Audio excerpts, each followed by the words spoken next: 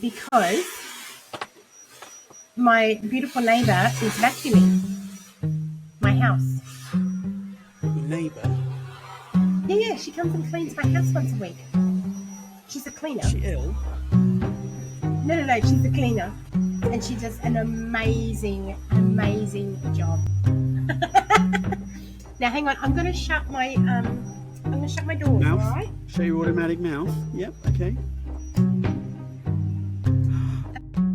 Excellent. So we're on a winner there. Yeah. So we have been already talking heaps about red flag. Have we? What do you mean? We've only just arrived. It's so fun. I know, they're just everywhere. They're everywhere. They really are, aren't they? They really are everywhere. Do you know what, though? It's fun. It's a bit of a catchphrase, isn't it? Like, oh, that's a red flag. We say that quite easily. Do you know what, though? Red flags, are they not simply triggers? Well, I mean, do you know what? That is such a good point. I say yes, Adam. Yeah, do you know what? I've never actually... That is a great question. Are they just triggers? I mean, deep down, because to notice them, we have to be triggered. We'd have to be triggered anyway, because otherwise we wouldn't notice it if it wasn't triggering. We wouldn't give a shit, would we? And that's what, some people notice something about a person, let's say. You and I might be sitting having a latte at the cafe, and, and the waiter perhaps serves us or whatever. I mean, we're probably we're not a good example because you and I, our brains often think alike. However, the waiter might come along and once they walk away, I might say, God, what's got up that person's nose? Weren't they a bit rude? Like, what's their problem? And you're like, I didn't see any rudeness. Oh, what did you see? Oh, I didn't see that. Yeah. So a trigger, or red flag, it's only going to be if it offends you, isn't it? It triggers you and you notice it, whereas you didn't notice it in the waiter because other values were being stirred by the good-looking waiter. It is funny that just a quick story that reminds me of when we were holidaying together, Adam, I'll say. Yes. Oh, yes. Nobody knows about that, do they? We met finally and had a lovely little weekend together, didn't we? We had a little jaunt. Yeah. And this reminds me of, do you remember when we walked in to grab a coffee and the person who sort of told us where to sit or whatever, and you and I sit down and we both turn to each other and go, what's wrong with that fucking crabby bitch? What's up there? So she got a better way this morning. Yeah. He doesn't want to be being grumpy, though. She was grumpy. And so we were both having a discussion over. So does that mean I'm grumpy? Is she not? Does that mean I'm grumpy? Projecting. I fucking wasn't until I saw her. No, anyway. Yeah. Let's get back to... No, but it's true. I think it's a very good point. It's gossiping about people, isn't it? If they're gossiping all day about their friends, and are they going to be gossiping about me? That's how they talk about them. Triggered, triggered. It's like, who cares? I actually don't care. Value gets triggered. Yes. When it disrupts... comes down to self-worth, right? Oh, 100%. So, bearing that in mind, that red flag... This is a good one. Like it. In fact, triggers. So what I want to talk about with red flags is that I feel like they come up in conversation or whatever in two ways, right? The first one is in hindsight. And that's often to do with relationships, isn't it? It's after, when the relationship is starting to go sour, or after you've broken up or whatever, you'll hear people saying things like, such a red flag, and I didn't even see it. And there's all sorts of funny things, funny memes and stuff go around about how you miss the red flags, right? So hindsight in relationships. The other way that I've seen them come up is, perhaps you are introducing me to a person, a friend of yours, and, we have a chat, fat chats, and then the friend leaves and I bring up something to you that perhaps you didn't see, and I'll be like, "Do you not see that?" And red flag, mate. Yeah. Or I'm like, oh, what do you Wow. think? And you're like, I thought you said they were Firstly, nice. First of all, I'm thought you like, said that was funny. It's not gosh, funny. funny to look at. Judgment, no.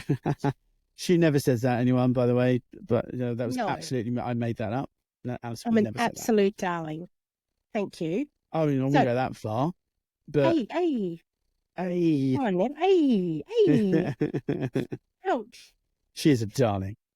So those two ways, okay? Mm. Now, just roll with me here for a minute. Let's go on this little journey together, okay? Okay. Yep. Let's go. Now, for those lovers of Carl Jung, I'm a fan. Carl Jung. Me too. I like taking a bit of everyone and just smashing it all together. But anyway, let's focus on Carl Jung for a second. Sounds like a weekend. I'm gonna really simplify this and maybe even butcher it a little bit. You're welcome. In essence, Carl Jung posited that we choose partners that represent the unconscious parts of ourselves. And we do that to actually make those unconscious parts conscious, visible to us, so that we can take action, so that we can heal. Yeah. Because the unconscious mind will present these things that have been buried at some point, and if it sees the opportunity, exactly. So our unconscious beliefs, unconscious values, unconscious biases, they get projected so that they can become conscious and we can see them clearly and decide what we're going to do with them. Are we going to deal with them? Are they good for us? Are they not good for us? All those sorts of things, right? So, yeah, versus, oh, maybe it's me. Well, all that kind of self-deprecating. Yeah. So here's the thing with red flags. If we talk about hindsight first, okay, the first one I talk about in relationships where you see it after the fact, the red flags, right? So initially we're attracted to a person because they're our projection. We're attracted to them because they're gorgeous. Even though it's unconscious, we're attracted to them. And here's the weird thing, because there's a familiarity there, they're projecting our unconscious values and beliefs and biases. Yeah. So we see ourselves in them unconsciously. So we're drawn to them. However, what overrides the logical mind at that point is the sex drive, doesn't it? Do you know what you All mean? the juices get flowing. I know it's a totally alien concept to you, Adam. Yes, I'm virgin. Yes. Yeah, oh, yes, yeah, for sure. Now, so ready. The sex drive takes over at that point, doesn't it? And, you just get blinded to the logical thinking of what you're actually attracted to that person for, because all you think about is, damn, I want me some of that. Yeah. Actually, and then you do hear that a lot. People go, oh, it's a nightmare. He's always going to get me, but oh my God, he's so fit. Right. Yeah. People do say that. I used to say that. It's taking that driver's seat. Yeah. Yeah. And then the thing is, we have sex and we sleep with them and we're getting close with them and stuff. At that point, we become invested. We've invested part of ourselves, time, mind, body, whatever. We've invested in that person now. And please feel free to look this up. In psychology, you can follow this process that when we invest in something, whether it's a person or whether it's, the blender you got off of 2 a.m. television, when you've invested in it because you want to justify your investment, you then start to look for commonalities and you start highlighting the good stuff. You don't want to be wrong. Exactly. Relationships are no different than a purchase you've made where you think, oh, shit, that freaking I shouldn't have got that home brand NutriBullet off of that TV What do you mean? channel. Do people do that? I didn't know. Buy the figurines, the matching figurines. Anyway, let's not go down that road. Anyway. The high heel shoes in pink, black, and maybe that's... Yeah. The whole... Where it comes with free, get me, free bedazzler. For Mother JJ. Works on for JJ. See? Our minds think alike. Oh my God. Okay, anyway, back to this. We're now invested. And so we are justifying our investment. So what happens when you justify an investment, whether it's a person or whether it's a purchase, you're going to ignore the red flags, aren't you?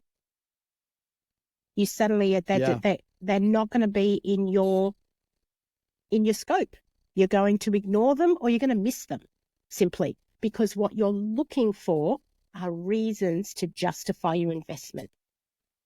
Yeah. So we miss those red flags. And then it's only after when things have broken away that we actually then see the red flags and see the things that we then use that as an excuse. Yes. 100%. I totally saw that at the beginning, but I really thought he was going to change. He told me that. What he probably didn't, actually. You just hoped he would.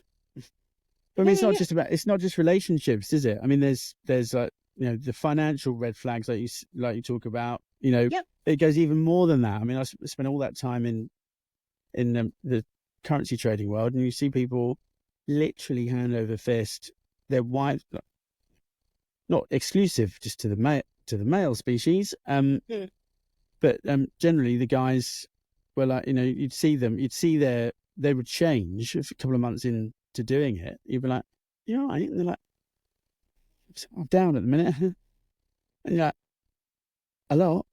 And they're like, I'm like, well, it's all relative, but a lot. And they're like, well, you'd find that terrible things like they're on the brink of divorce and having the wife walk out and take the kids, and they're going to end up on the street because they've spent the $500,000 in savings that they've worked for 30 years to get. And you're like, oh my goodness me. And it's like, dude, did you not see the red flag? Hello, like you're probably your first $5,000 down. You should have been like in the class, not then gambling to chase it, living beyond their means and stuff.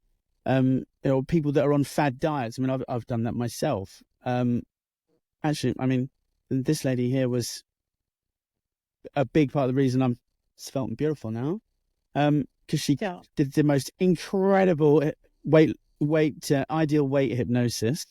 Oh, nice language, Adam. Thank you. I know. Ideal weight hypnotherapy. Ideal weight hypnosis, because otherwise our unconscious mind thinks we've lost something and goes to find it in Chocky Bickies without us even knowing.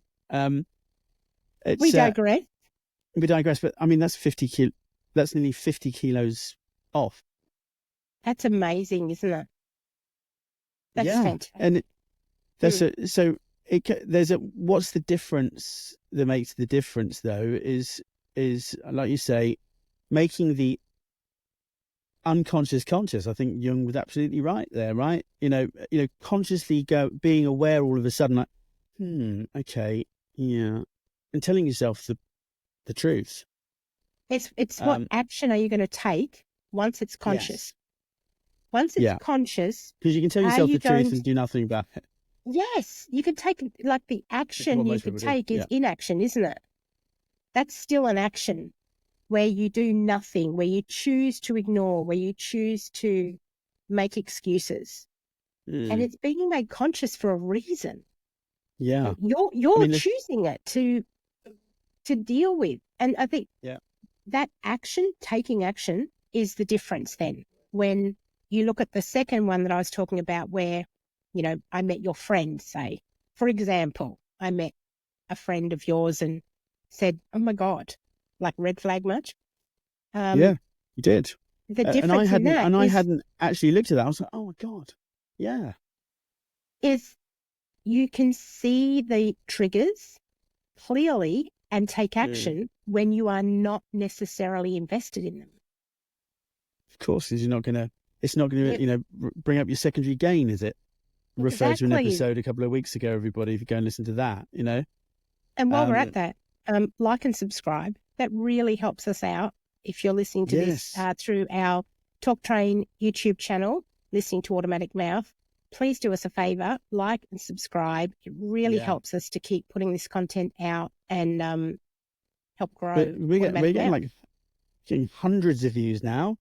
I know, it's very 20. exciting. It's great. Yeah. So thanks, everybody. Yeah, thank you.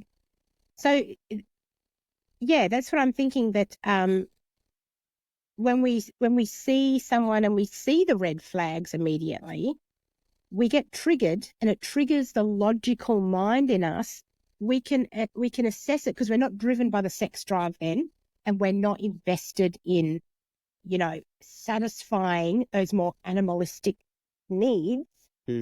So we can actually see the purpose that we've attracted this person, or the reason that they have triggered us. We see the red flag, the logical mind assesses it and decides to take action or not. Yep. You know, do I look, and it's always, as you and I have discussed many a time, it's always an internal question. You know, when someone triggers you, when you see a red flag, it's not about judging that person. Yeah. It's about saying, okay, hang on, what is it about that person that really pisses me off? What's the reason? What's the reason that I want to throat punch that person right now? One of the coaching sessions from this week was sort of talking about these things, the kids, and I was like, they can only annoy you about that because you're annoyable. Oh, I love that. You're annoyable.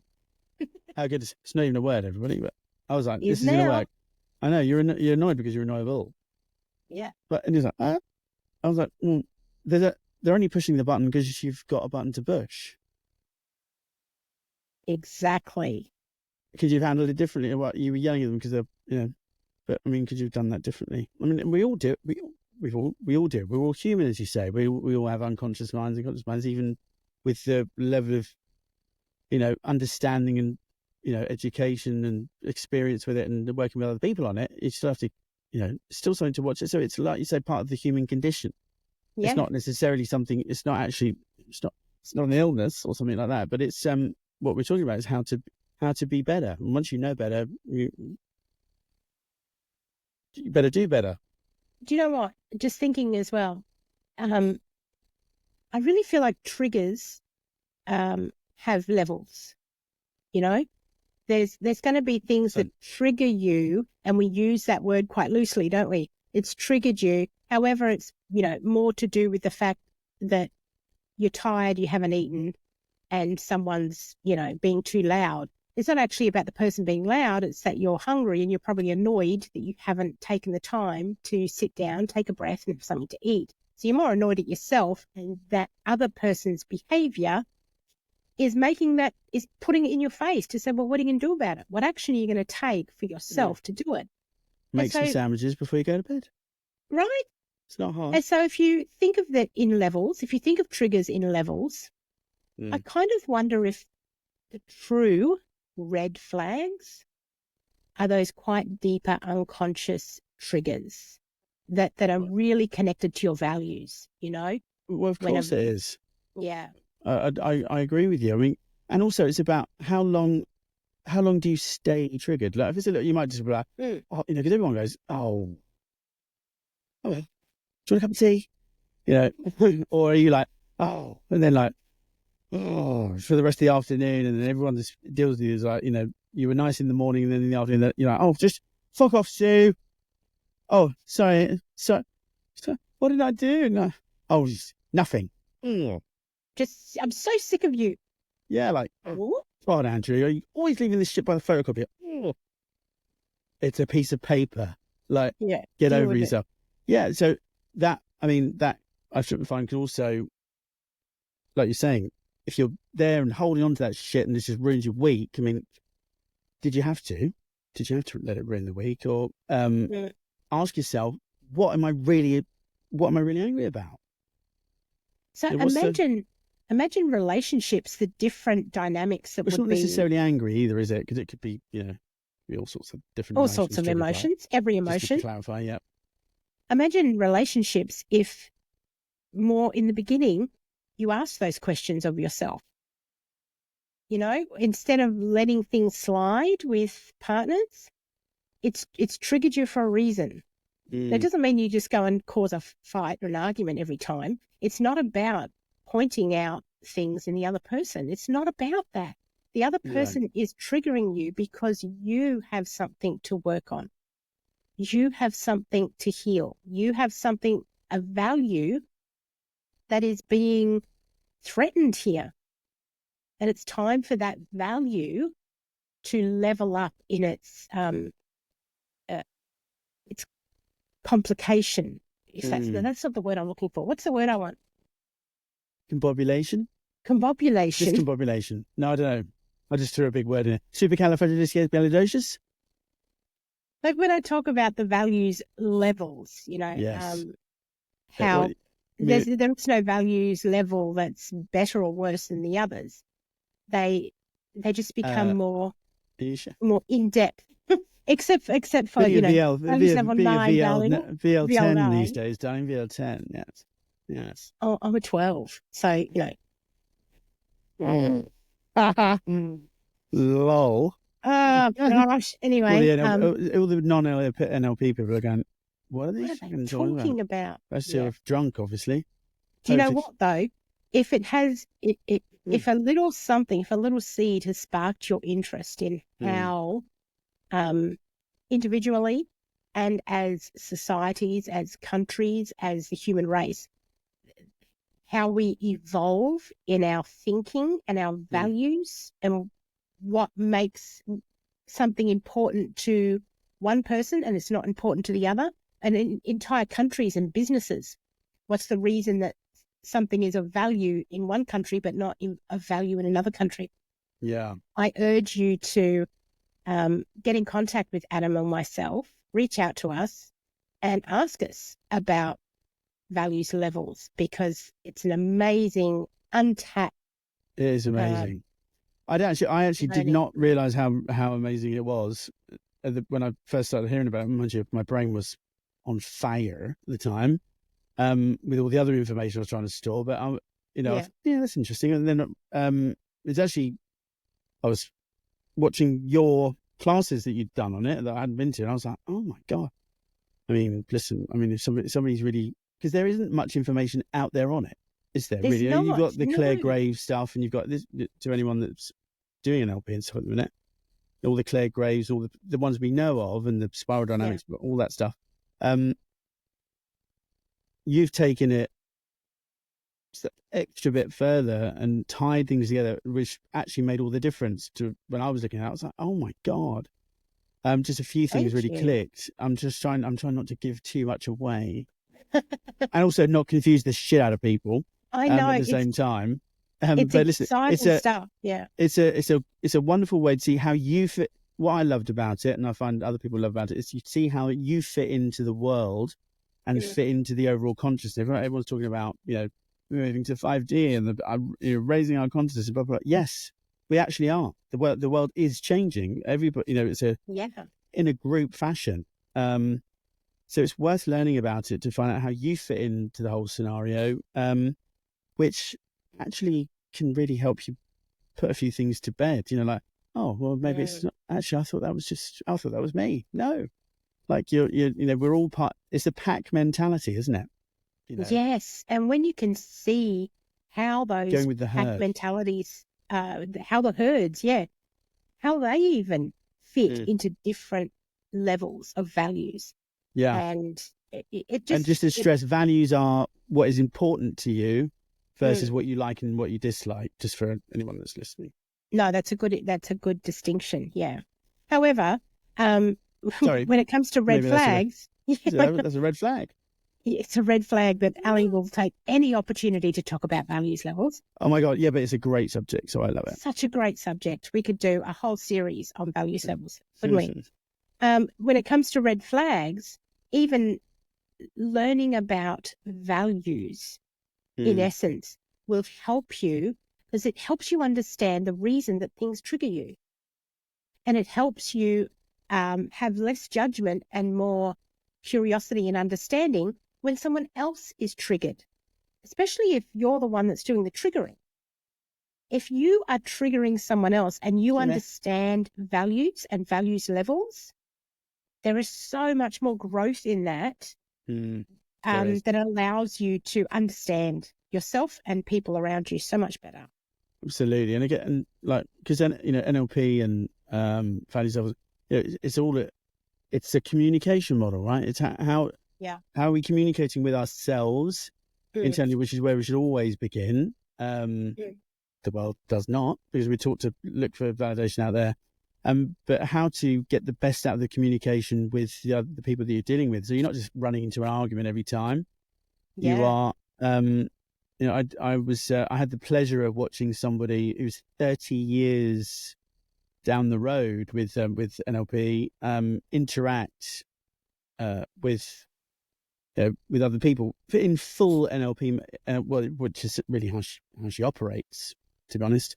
But to witness that communication model happening, I was like, wow! Like the language was beautiful. It was impeccable, and it was noticeable. And I was like, oh, that's an inspiration. That's something to go to, because we all think, oh yeah, well, I know a lot, and I pick myself up on things, and better than I was 10 years ago.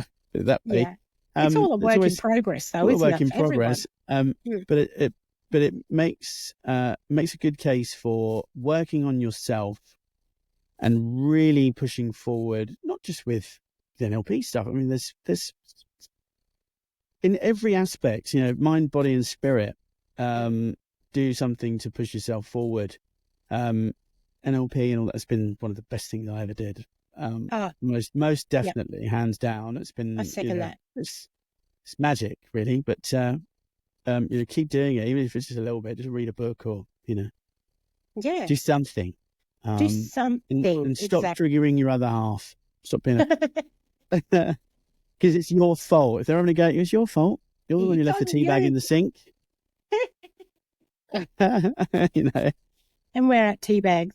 All right. On that note, on tea bags, shall we leave it there today? I think we've tied that up in a bow. I love it, and also opened up many avenues to other things in one subject. However, red flags is a big subject because it does affect people. So the more understanding we have of it, the better. And if it's something, for those listening, if it's something that you would like us to talk a bit more on and expand more on, please drop us a comment, let us know, or anything else that you're actually interested in from an NLP, mindset, psychology perspective. Please let us know. Adam and I will use any excuse to hear the sound of our own voices. Love a chinwag. Yes. No, I'm here to listen to you, darling. And that's exactly what I like to hear. We will leave it there. Thanks for joining us. Thank you, Adam. We'll see you next week. See you next week. Bye. Bye for now. I really hope you enjoyed it. We had a ball making it.